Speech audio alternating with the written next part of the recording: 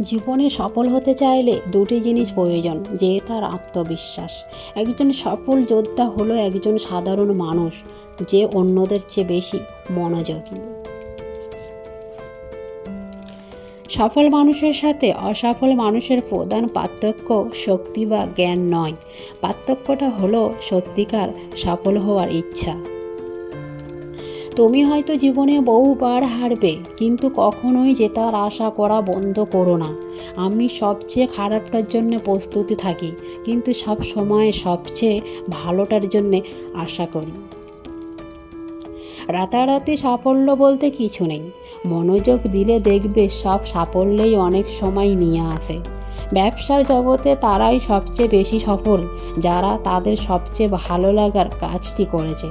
সাফল্য খুব সহজ ব্যাপার, সঠিক কাজটি সঠিকভাবে ও সঠিক সময়ে করে ফেলো।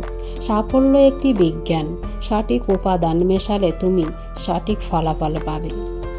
সফল মানুষেরা সাধারণত তাদের কাজের বিষয়কে পাগলের মতো ভালোবাসেন। একমাত্র নিশ্চুপ লোকই তার সফলতা দিয়ে তাক লাগিয়ে দিতে পারে। মানুষের সঙ্গে সহজ ব্যবহার করা আমার কাজ নয়, আমার কাজ হচ্ছে মানুষকে দিয়ে আরও ভালো কিছু করানো। কাজ করে অন্যকে অতিক্রম করুন।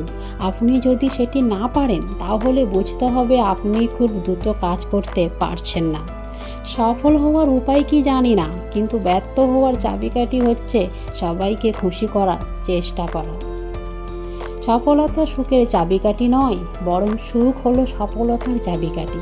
আপনার কাজকে যদি আপনি মনে প্রাণে ভালোবাসতে পারেন, অর্থাৎ যদি আপনি নিজের কাজ নিয়ে সুখী হন, তবে আপনি অবশ্যই ভালো থাকবেন। আবেগ আর বিবেক দুইটাই ভিন্ন জিনিস। আবেগ বেশিরভাগ ক্ষেত্রে ক্ষতিকর, আর বিবেক মানুষকে ভালো মন্দ বাছাই করতে শেখায়। কিন্তু দুঃখজনক হলেও সত্য যে আমরা সবাই আবেগের কাছে বিবেক হারাই, কিন্তু বিবেকের কাছে আবেগ হারাই না। লক্ষ্যর পেছনে অক্লান্ত পরিশ্রম করেও যখন ব্যর্থতার তিক্ত স্বাদ পেতে হয়, তাতে দুঃখের কিছু নেই। এই কঠোর পরিশ্রমের ভেতর দিয়ে তুমি হয়ে উঠেছ আরও শক্তিশালী, আরও অভিজ্ঞ, আরও দক্ষ। এটাই তো সত্যিকারের বিজয়।